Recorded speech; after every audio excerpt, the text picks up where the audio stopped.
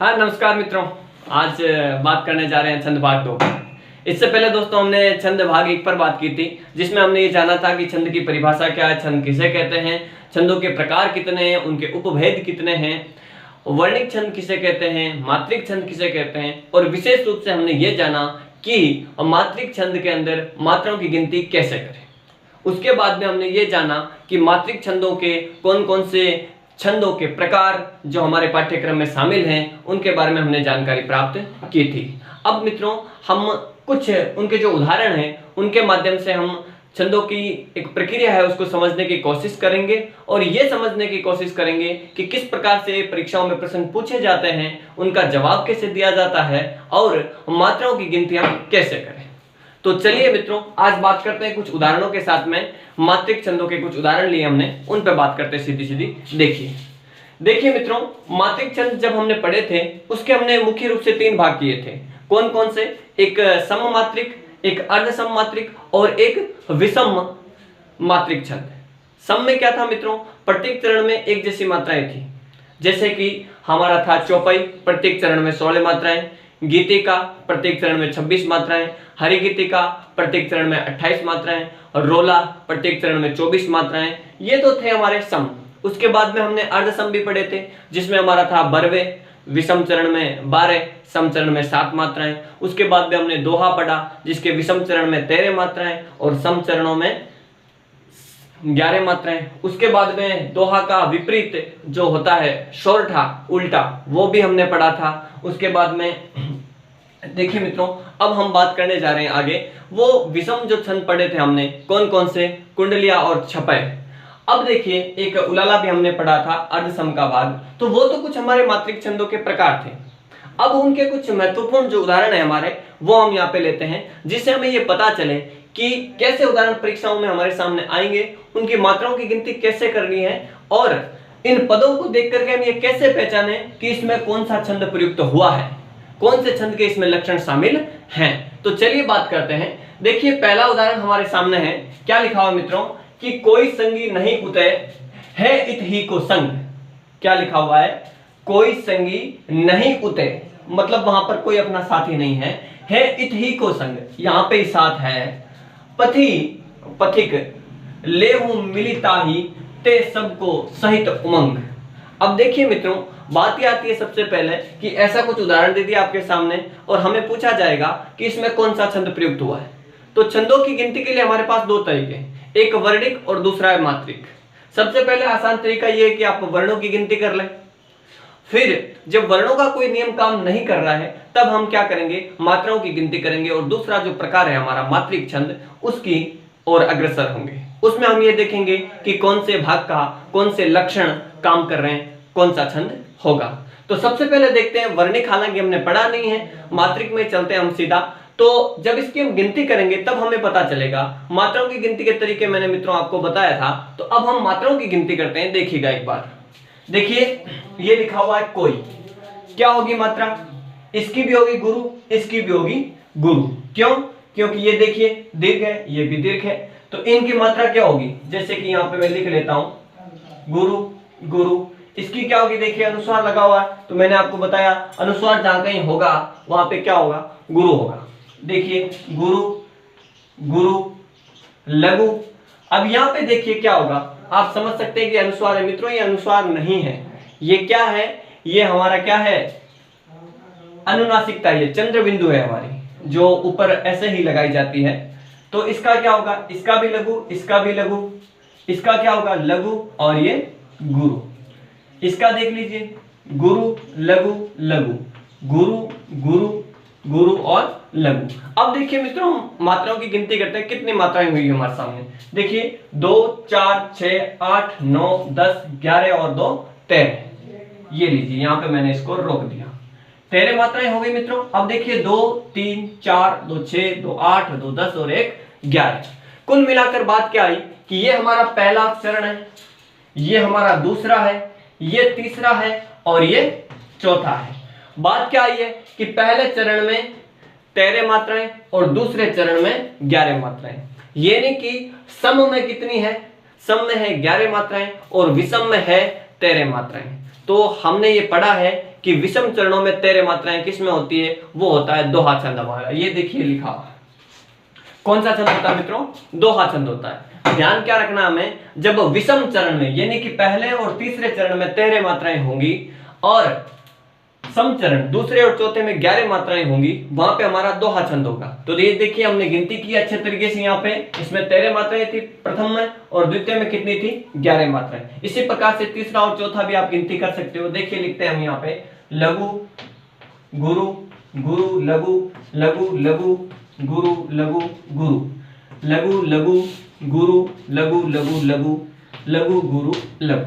अब देखिए दूसरा नियम क्या था हमारे पास में कि दोहे छंद के विषम चरणों में अंत में क्या नहीं होना चाहिए? विषम चरण के अंत में गुरु लघु नहीं होना चाहिए। ये देखिए अंत कहां पे हो रहा है? 13 मात्राएं यहाँ पे आ रही है, तो ये देखिए क्या है? लघु और गुरु है। क्या है? लघु और गुरु। नियम क्या कहता है कि गुरु और लघु नहीं होना चाहिए। तो गुरु और लघु नहीं है तो निश्चित तौर पे कौन सा है यहाँ पे? दोहा छंद है। तो ये तो हुई मित्रों दोहा छंद की बात। अब इसका तुरंत विपरीत करेंगे तो क्या हो जाएगा? हमारा सोरठा हो जाएगा। तो ये दोनों हमारे छंद हमारे सामने आ चुके हैं और इनसे संबंधित कोई भी प्रश्न है उसका हम उत्तर दे सकते हैं। अगला देखिए मित्रों, बात यहाँ पे ये जो उदाहरण लिया है मैंने, ये सिर्फ दोहा का नहीं है। आपको पता होगा कि हमारे जो विषम छंद हैं, कौन से? मात्रिक विषम छंद, एक कुंडलिया और दूसरा छपय। तो ये कुंडलिया का उदाहरण लिया गया है हमारे सामने। कुंडलिया मित्रों किससे बनता है? दोहा और रोला से। दोहा और रोला को जब मिलाया जाता है तो कुंडलिया छंद का निर्माण होता है। ये पहली विशेषता हमने पढ़ी थी।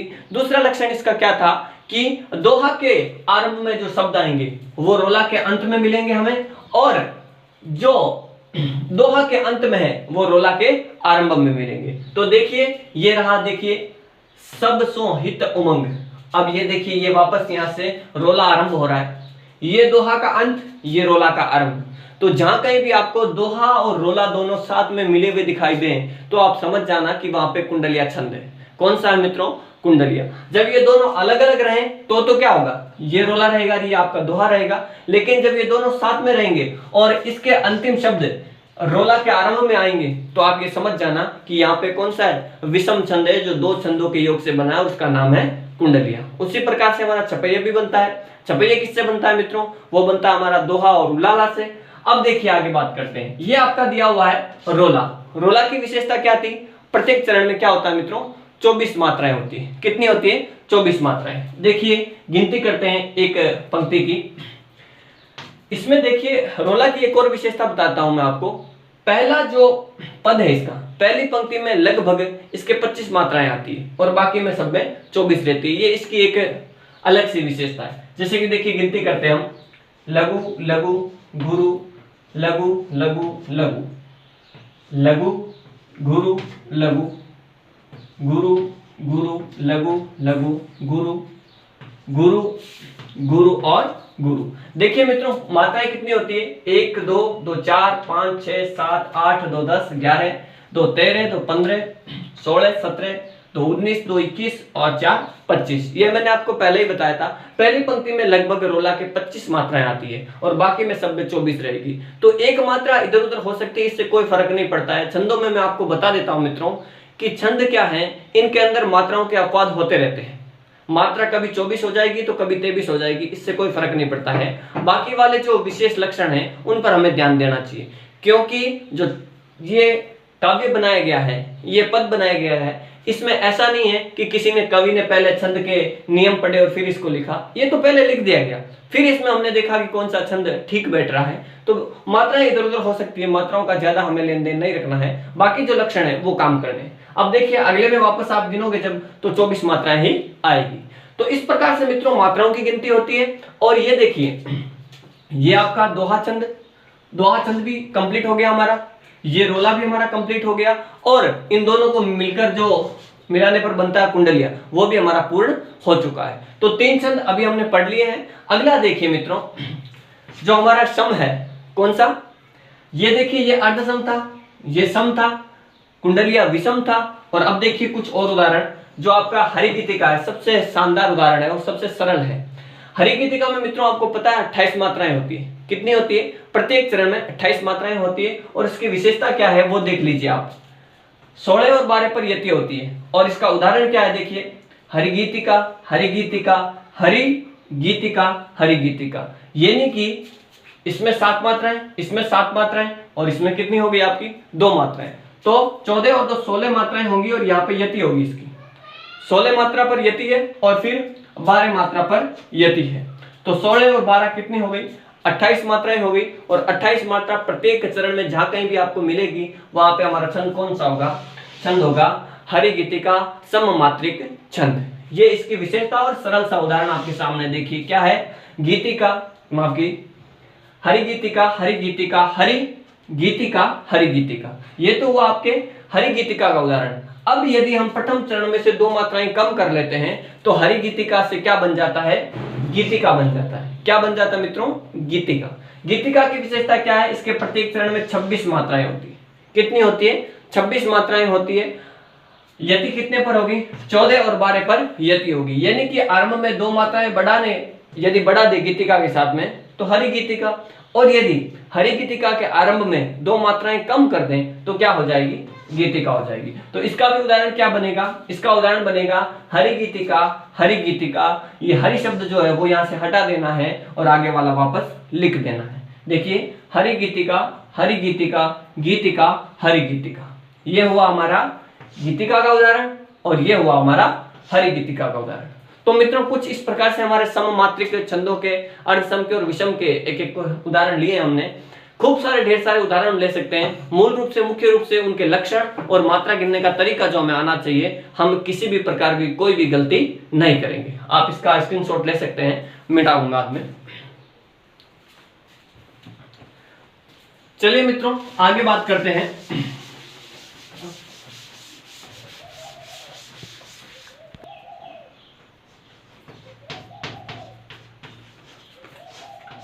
देखिए मित्रों, इससे पहले हमने मात्रिक पर बात की थी और अब हम बात करने जा रहे हैं और वर्णिक छंदों पर। किस पर बात करने जा रहे हैं, वर्णिक। यानी कि नियम क्या कहता है कि जहां पर मात्राओं की संख्या नियत रहती है, यतिगति मात्राओं के अनुसार रहती है, वह मात्रिक छंद होता है। और जहां पर वर्णों की संख्या नियत रहती है, यतिगति वर्णों के अनुसार आती है, वहां पे गण कार्य करते हैं, वहां पे छंद कौन सा होता है, वर्णिक छंद होता है।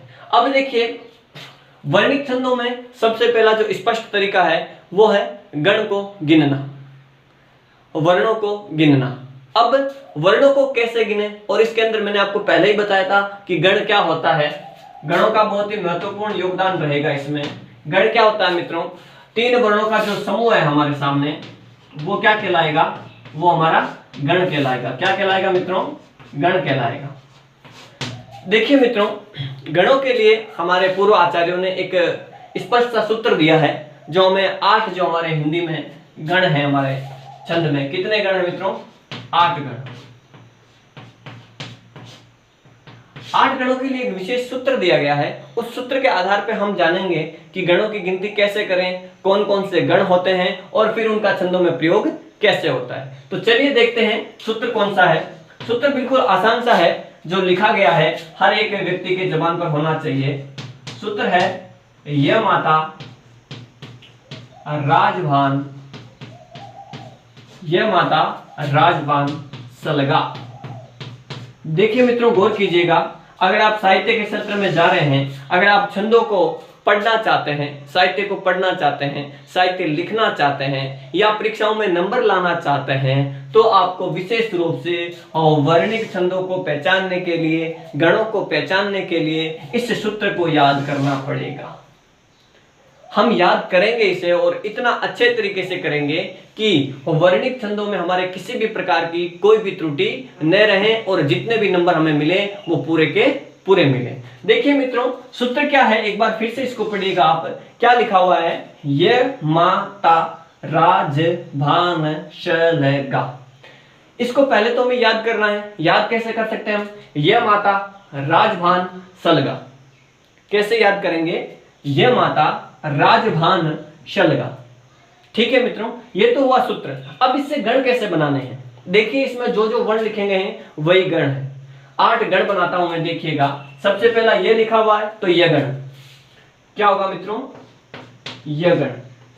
एक ये वर्ण लेना है और इसके पीछे हमें नाम लगा देना है गण, वो हमारा गण हो जाएगा।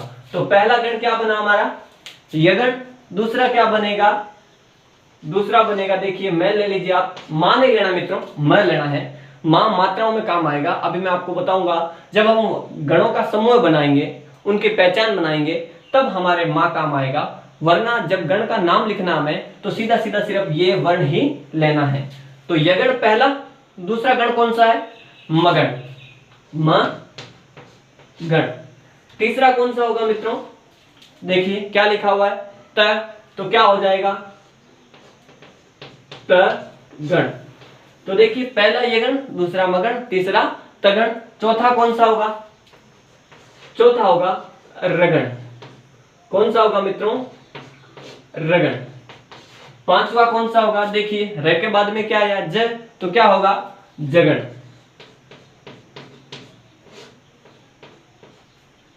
छठा कौन सा होगा मित्रों? देखिए ज के बाद में क्या आया? भ, तो क्या होगा? भगण। भ के बाद में देखिए क्या आया आपके? न, तो क्या होगा? नगण। क्या होगा मित्रों? नगण। और न के बाद में क्या है? स, तो आठवां कौन सा हो जाएगा हमारा? सगण। अब देखिए आपके बात आ सकती है कि जब ये 8 ही थे तो इसके आगे ये ल और ग लिखा हुआ, इसका क्या अर्थ हुआ? भाई देखिए यगण, मगण, तगण, रगण, जगण, भगण, नगण, सगण, ये तो हो गए 8 गण हमारे। अब ये लग क्या है? लग का मतलब ये मित्रों लघु और गुरु से है, ये हमारे साथ में दिया हुआ है। ल का मतलब लघु और ग का मतलब गुरु। लघु गुरु हमारे मात्राओं में काम आते हैं, उनको भी साथ में जोड़ दिया गया है यहाँ पे, वो इस सूत्र से संबंधित है। मुख्य रूप से इसमें वर्णों का ही काम रहेगा। ये तो देखिए मित्रों हमारे गण हुए हैं। जितने भी हम छंद पढ़ेंगे वर्णिक छंद, उन सब में हमारे गणों का काम आएगा, गणों का प्रयोग होगा। तो अच्छे तरीके से हमें गणों को समझ लेना है कि गण किसे कहते हैं। समझ में आ गया होगा हमें। जब यगण की बात चलेगी तो इसका मतलब है कि 3 वर्ण होंगे। अब वो 3 वर्ण कौन से होंगे, कैसे होंगे, वो जानना है हमें। उसमें भी देखिए मित्रों मात्राओं का विशेष रूप से ख्याल रहता है कि यगण में कितनी मात्राएं होंगी, कितने वर्ण होंगे।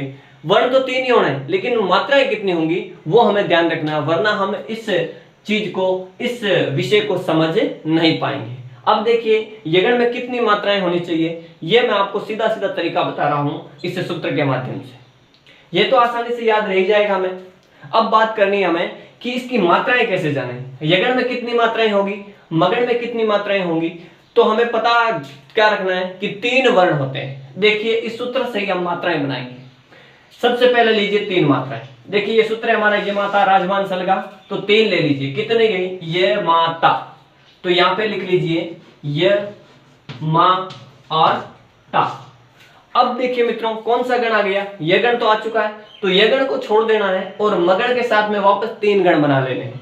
तो देखिए ये मैंने यगण को छोड़ दिया, अब 3 ले लीजिए, तो क्या बचा? मातारा। क्या समझे मित्रों? प्रत्येक में 3 वर्ण लेने हैं और जो वर्ण आता है, जो गण आता है उसका 1 वर्ण छोड़ दो, फिर आगे वाला 1 जोड़ दो, फिर आगे वाला 1 छोड़ दो, पीछे वाला 1 जोड़ दो। तो ध्यान क्या रखना है, पहले हमने लिया ये माता, 3 वर्ण आ गए, ये देखिए ये माता। अब क्या करना है, ये को छोड़ दीजिए और मैं से शुरू कर लीजिए, क्योंकि मगण पढ़ रहे हैं। तो क्या लिखेंगे? मा ता रा। अगला कैसे बनाएंगे, इसकी मात्रा कैसे बनाएंगे तगण की? मैं को छोड़ दीजिए, ता से जोड़ दीजिए, तो क्या बनेगा? ताराज, ताराज। अगला देखिए तय को छोड़ दीजिए, भय को जोड़ दीजिए, क्या बनेगा? राजभा। क्या बनेगा मित्रों? राजभा। ध्यान क्या रखना है, सर्वप्रथम 3 वर्ण लेने हैं, फिर क्या करना है, आगे वाले को 1 को छोड़ दो और इधर से 1 को जोड़ दो, वापस 3 हो गए, फिर 1 को छोड़ दो, आगे से 1 जोड़ दो, फिर 3 हो गए। ऐसे 3-3 का हमें गण समूह बनाना है और यही हमारी मात्राएं होगी, यही इस यगण की पहचान है। कैसे, अभी आगे और बात करेंगे, पहले गण की मात्राएं बनाते हैं हम। तो देखिए र का क्या बनेगा? राजभा। अब देखिए फिर रे को छोड़ दीजिए, क्या बनेगा? 3 ले लीजिए, ज भा न। अगला लीजिए, देखिए ज आ चुका है, ज को छोड़ दीजिए, क्या बनेगा? भानश, भानश। अगला देखिए भा को छोड़ दीजिए, क्या बनेगा? न शल। तो नगण में क्या आएगी, कितनी मात्रा आएगी? न शल। अब देखिए न को छोड़ दीजिए, बचा क्या? सलगा। अब आपको समझ में आ गया होगा कि इस ल और गा का क्या मतलब हुआ। अब आपको समझ में आ गया होगा कि ये जो ल और ग जो बचा हुआ था हमारा, उसका क्या मतलब हुआ। यहाँ पे इन मात्राओं की गिनती के लिए इनको साथ में जोड़ा गया है। देखिए सल गा। तो ये तो देखिए मित्रों, ये तो है हमारे गण कि यगण क्या होता है, मगण, तगण, रगण, जगण, बगण, नगण, सगण। अब इनकी पहचान कैसे होगी, हमें कैसे पता चलेगा कि यहाँ पे यगण है या मगण है या रगण है। तो देखिए मित्रों, जहां पर यह मात्रा होता है, मतलब जहां पर ऐसी मात्राएं होगी वहां पे यगण होगा, जहां पर ऐसी मात्राएं होगी वहां तगण होगा। अब मात्राएं कैसे, देखिए क्या लिखा हुआ है, य की कितनी मात्रा होगी, लघु, म की कितनी होगी, मां है तो क्या हो जाएगा, गुरु, और ता की गुरु। अब आपको समझ में आ गया होगा कि गण की पहचान क्या है। जहां कहीं भी आपको लघु, गुरु, गुरु ये चीज दिखे साथ में, आपको गण गिनने हैं, वहां पे वर्ण गिनने हैं, वर्णिक छंद पढ़ रहे हैं आप, तो आपको ये ध्यान रखना है कि जहां कहीं भी गुरु, लघु, लघु ये मिलेगा वहां पे गण कौन सा होगा, यगण होगा। कौन सा होगा मित्रों, यगण। जैसे कि मैंने आपको कह दिया कि 5 यगण लेने हैं, तो क्या करोगे, 5 बार ऐसे लिख देना है, 1 बार, 2 बार, 3 बार, 4 बार, 5 बार। क्योंकि यगण की पहचान क्या है, लघु, गुरु, गुरु, ये माता। ये माता किसकी पहचान है, यगण की। अब मगण की क्या पहचान है, मातारा। अब देखिए आप खुद बना सकते हैं, इसकी मात्राएं कितनी होगी। म की पहचान क्या है, तीनों ही गुरु होंगे, गुरु, गुरु, गुरु। जहां कहीं भी तीनों गुरु दिखे आपको, वहां पे गण कौन सा होगा, हमारा मगण होगा। अब देखिए तगण, तगण की मात्रा आप खुद बना सकते हैं, देखिए गुरु, गुरु और लघु। उसी प्रकार से राजभागी क्या होगी, गुरु, लघु और गुरु।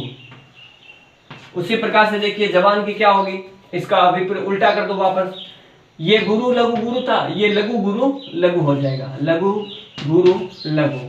भानस की क्या होगी, गुरु, लघु, लघु। नस्ल की क्या होगी, तीनों ही लघु रहेगी मित्रों, ध्यान रखना इस बात का। और सलगा में क्या होगा, लघु, लघु, गुरु।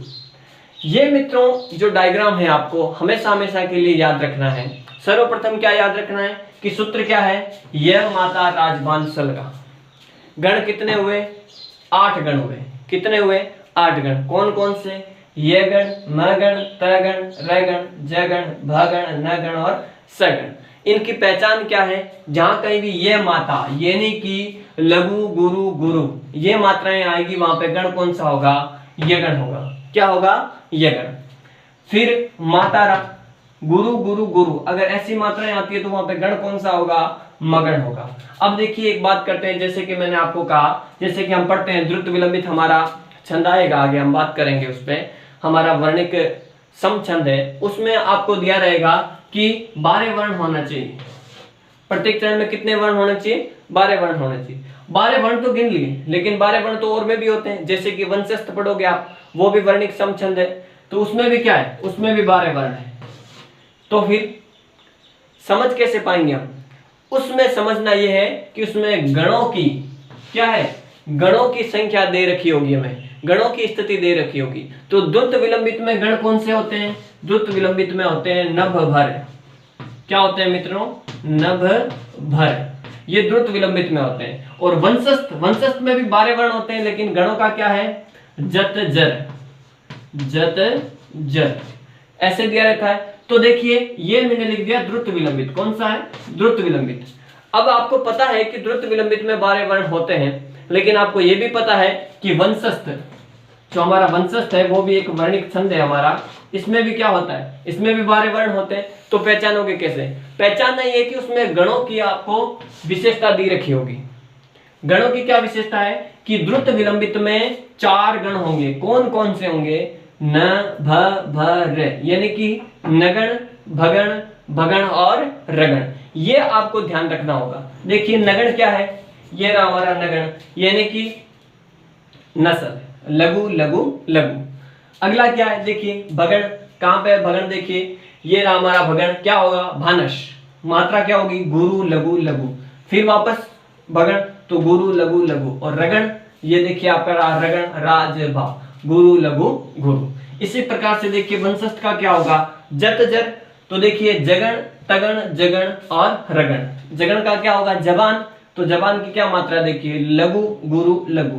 फिर देखिए ताराज, तगण, ताराज, गुरु गुरु लघु। फिर क्या? वापस जगण और फिर रगड़। तो इस प्रकार से ये गण हमारे काम आएंगे जब हम वर्णिक छंदों को पढ़ेंगे। चलिए मित्रों आगे कुछ उदाहरणों से और बात करते हैं हम। इसका आप एक स्क्रीनशॉट ले सकते हैं।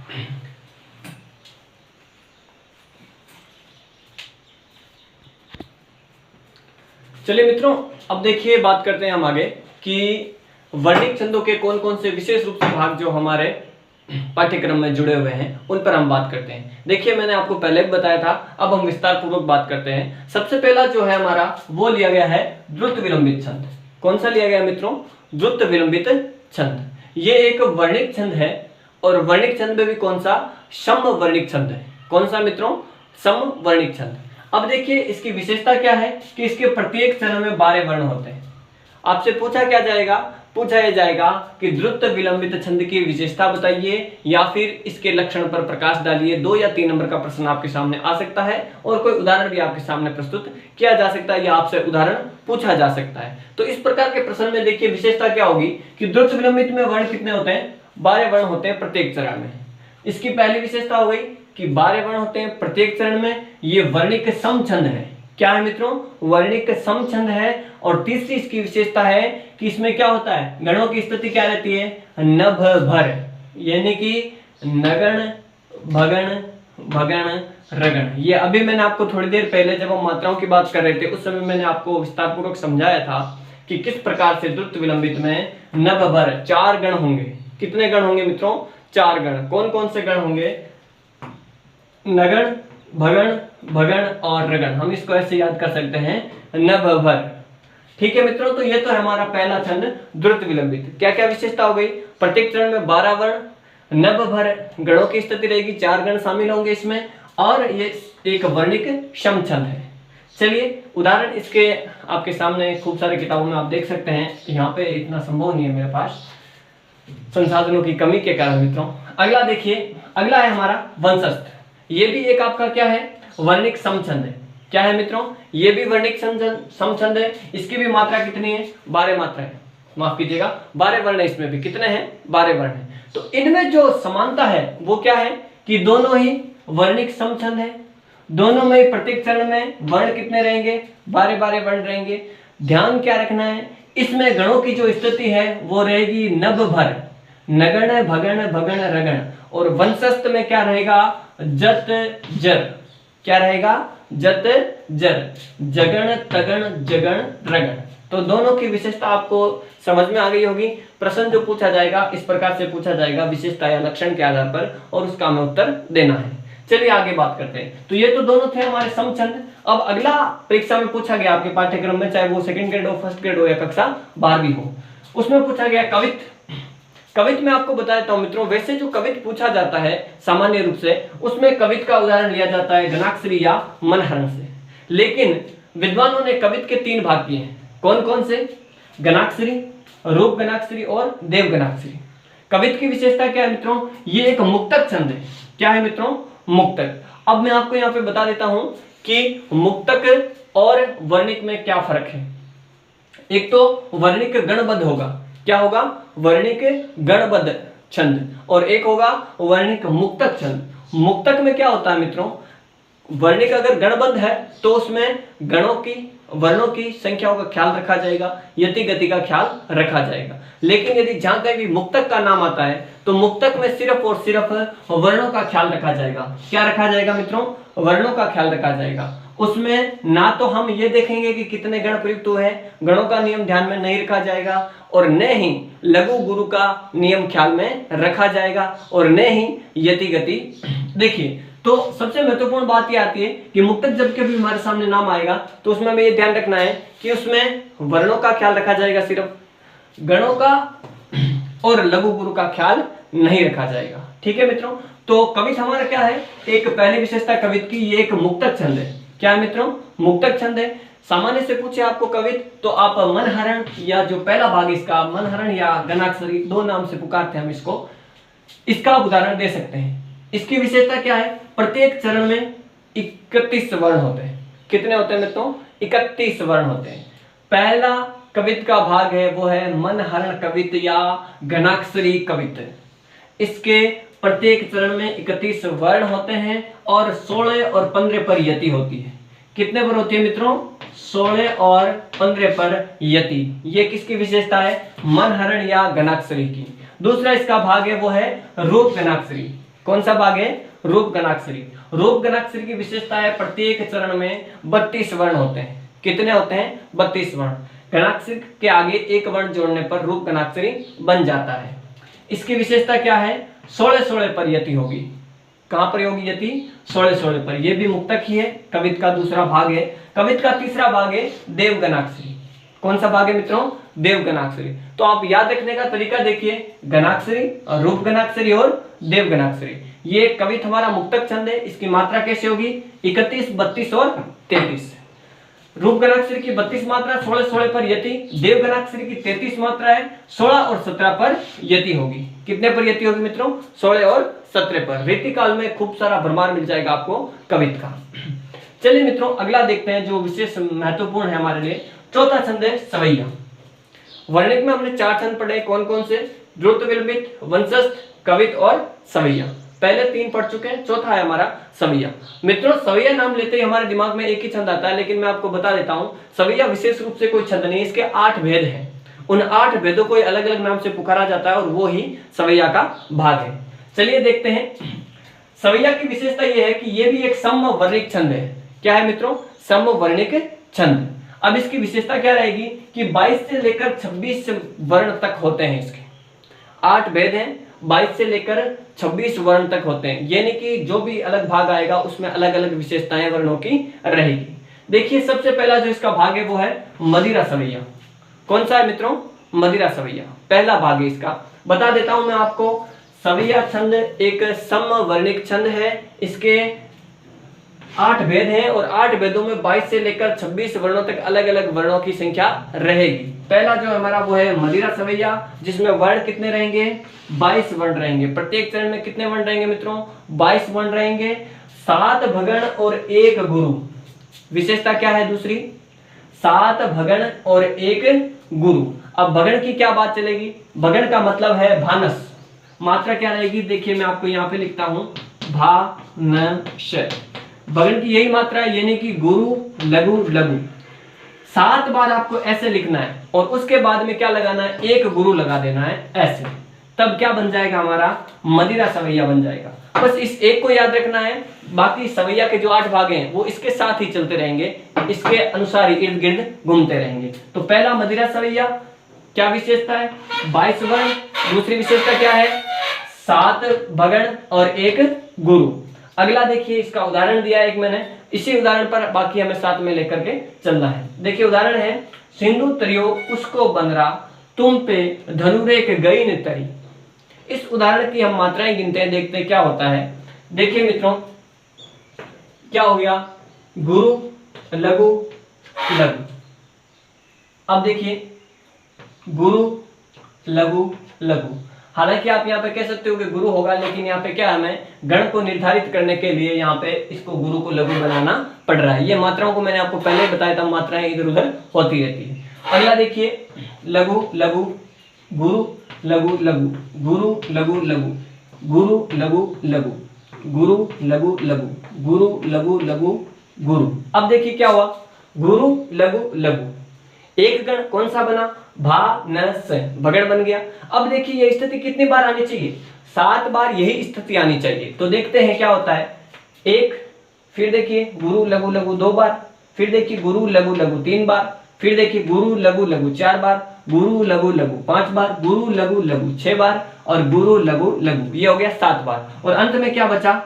गुरु बचा। तो विशेषता क्या थी कि 7 भगण होने चाहिए और 1 गुरु होना चाहिए। क्या विशेषता थी मित्रों? 7 भगण और 1 गुरु होना चाहिए। तो इस प्रकार से हमने इनकी मात्राएं लगानी है और फिर मात्राएं लगाने के बाद में ये देखना है कि गण कौन सा बन रहा है। जैसे कि देखिए यहाँ पे पहला क्या बना गण हमारा? गुरु लघु लघु। अब आप ये देखोगे कि ये मात्रा किस गण में बनती है, तो सीधा सा बगण का हमारा मात्रा काल क्या है? भानस। कैसे निर्धारण होगी मात्रा? भानस। तो गुरु लघु और लघु इससे हमें पहचानना है और इसी के आधार पर हमें इन छंदों को सही करना है। उम्मीद करता हूं मैं कि कोई भी गलती नहीं होगी। अगला भाग देखिए, दूसरा भाग है इसका मत गयंद या मालती सवैया। कौन सा है? मत गयंद या मालती। इसमें वर्ण कितने हैं? 23 वर्ण है। अगली विशेषता क्या है? 7 भगण 2 गुरु। यानी कहने का मतलब क्या हुआ, इसमें क्या था, मदिरा में 22 वर्ण थे, इसमें 23 वर्ण है, एक वर्ण बढ़ा है। इसकी विशेषता क्या है? 7 भगण 1 गुरु। इसकी विशेषता क्या है? 7 भगण 2 गुरु। यानी कि जब मदिरा सवैया के आगे एक गुरु बढ़ा देंगे, मदिरा सवैया के आगे एक गुरु जोड़ने पर क्या बन जाएगा हमारा? मतगंध सवैया बन जाएगा। क्या बन जाएगा? मतगंध या मालती सवैया बन जाएगा। चलिए मित्रों, इसका एक स्क्रीनशॉट ले लीजिए। अगले उदाहरण हम आगे लिखते हैं। एक बार आप इसका स्क्रीनशॉट ले सकते हैं।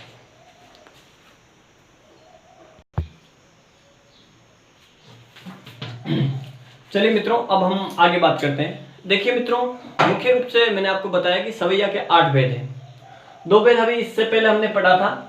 अब देखिए आगे पढ़ते हैं। मुख्य रूप से जो आपको ध्यान में रखना है वो रखना है मदिरा सवैया को। मदिरा सवैया की विशेषता क्या थी? उसके 22 वर्ण थे, 7 भगण था और 1 गुरु था। अब देखिए आगे बात करते हैं। दूसरा हमने पढ़ा था मतगेंद या मालती। तीसरा जो हमारा है वो क्या है? सुमुखी सवैया। कौन सा है मित्रों? सुमुखी। इसके 8 भेद हैं। सिर्फ आपको ये ध्यान में रखना है कि ये जो नियम है वो क्या कहता है, ये जो मात्रा है वो क्या कहती है। इनको अगर हम ध्यान में रखेंगे तो सवैया के सारे जो प्रकार हैं वो लगभग मदिरा के इर्द गिर्द ही घूमेंगे। देखिए आगे बात करते हैं। सुमुखी में 23 वर्ण हैं। गणों की विशेषता क्या रहेगी? 7 जगण होंगे और 1 लघु और 1 गुरु होगा। क्या होगा मित्रों? 7 जगण। यानी कि जगण में क्या होगा? जबान, न। मात्रा कितनी होगी मित्रों? लघु गुरु लघु। अब देखिए होगा क्या? मदिरा के पहले एक लघु जोड़ने से सुमुखी बनता है। किसके आगे जोड़ेंगे? मदिरा के आगे। मदिरा की विशेषता क्या है? 7 भगण होते हैं।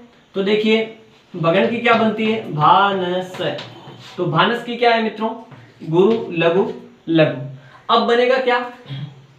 जगण का क्या बनेगा? जबान। तो लघु गुरु लघु। अब हमें क्या करना है? ये लीजिए, क्या लगा दिया मैंने यहाँ पे? मदिरा के पहले एक लघु जोड़ दीजिए। ये मदिरा यहाँ से शुरुआत होती है, भगण से शुरुआत होती है, एक लघु जोड़ देते हैं। ये लीजिए, एक लघु जोड़ दिया। अब बनेगा क्या? वर्ण 23 वर्ण हो गए और विशेषता क्या है? 7 जगण होने चाहिए। तो देखिए ये जगण बनना यहाँ से शुरू हो जाएगा। एक जब लघु हम लगा देंगे मदिरा के आगे, तो देखिए लघु गुरु लघु, ये जबान बन गया हमारा। ऐसे अब लगातार आगे चलता रहेगा ये, क्योंकि बनेगा क्या? आगे भी भानस ही रहेगा। भानस, फिर भानस लिख दो, भानस, फिर लिख दो, देखिए भानस। ये देखिए लघु गुरु लघु, ये देखिए एक, ये दूसरा। इस प्रकार से हमारे जगण बनते जाएंगे। तो करना क्या? सिर्फ हमें मदिरा के पहले एक लघु जोड़ना है। क्या बन जाएगा? सुमुखी बन जाएगा। चलिए आगे बात करते हैं। चौथा जो हमारा वो है किरीट सवैया। कौन सा है? किरीट सवैया। इसकी विशेषता क्या है? इसमें 24 वर्ण है, 8 भगण है। सीधी सीधी बात है। भगण में क्या होगा? भानस। वही बात है, कोई दिक्कत ही नहीं है। ये देखिए यार हमारा, इसमें 7 है मदिरा में, इसमें 8 है। पूरा का पूरा एक गण बढ़ जाएगा, कोई दिक्कत वाली बात नहीं है। अगला 5वां हमारा द्रुमिल। द्रुमिल में कितनी है? वही 24 मात्राएं, 8 सगण है। क्या है मित्रों? 8 सगण। तो क्या होगा? 8 सगण मतलब सलगा। सगण की मात्राएं क्या है? सलगा, लघु लघु गुरु। तो अब देखिए क्या कहा है? मदिरा के आगे 2 लघु जोड़ने पर। मदिरा में विशेषता क्या? मदिरा, देखिए मित्रों, मदिरा का आरंभ कहां से होता है? मदिरा का आरंभ होता है भानस से। भानस से आरंभ होता है। भानस के आगे हमें क्या करना है? 2 लघु जोड़ने। कितने जोड़ने हैं? 2 लघु। देखिए ये गुरु लघु लघु, ये जोड़ दिया मैंने 2 लघु। अब गण क्या बना? लघु लघु गुरु। किसका गण बनेगा? सलगा। लघु लघु गुरु, लघु लघु गुरु। गण कौन सा बना? सलगा बना। पहले भानस था, भानस के आगे 2 लघु लगाए हमने, तो क्या बन गया हमारा? सलगा बन गया। कहने का मतलब क्या हुआ कि जो मदिरा सवैया है हमारा, मदिरा सवैया के आगे जब हम 2 लघु जोड़ देंगे तो हमारा क्या बन जाएगा? द्रुमिल सवैया। क्योंकि द्रुमिल सवैया की विशेषता क्या है? इससे चाहिए 8 सगण। और सगण कैसे बनेगा? जब इस भगण के आगे, भानस के आगे 2 लघु लगा देंगे तो ये बन जाएगा सलगा और ये बन जाएगा हमारा सगण। चलिए आगे बात करते हैं। अगला है हमारा अरसात सवैया। छठा है हमारा अरसात सवैया। कौन सा मित्रों? अरसात। इसकी विशेषता क्या है, इसमें भी 24 वर्ण है, 7 भगण है और 1 रगण है। क्या है मित्रों, 7 भगण और 1 रगण। तो इसका मतलब ये भी वही मदिरा से संबंध है कहीं ना कहीं। मदिरा में भी 7 भगण होते हैं और एक क्या होता है, गुरु होता है। अब देखिए यहाँ पे क्या कहा है, मदिरा के आगे लघु गुरु जोड़ने पर, मदिरा के आगे क्या जोड़ दो आप, लघु गुरु जोड़ दो, क्या बन जाएगा हमारा, अर्थात सवैया बन जाएगा। क्योंकि 7 भगण तो है ही, ये लीजिए 7 भगण भानस, 7 भगण तो हो ही गए। उसके बाद में क्या बनाना है, 1 रगण बनाना है। 21 तो इसके हो गए, 7 3 21, 21 और 3 24। रगण का क्या होगा, राज भा, राज और भा। तो इसकी मात्रा क्या होगी, गुरु लघु गुरु। इसकी क्या होगी, गुरु लघु लघु।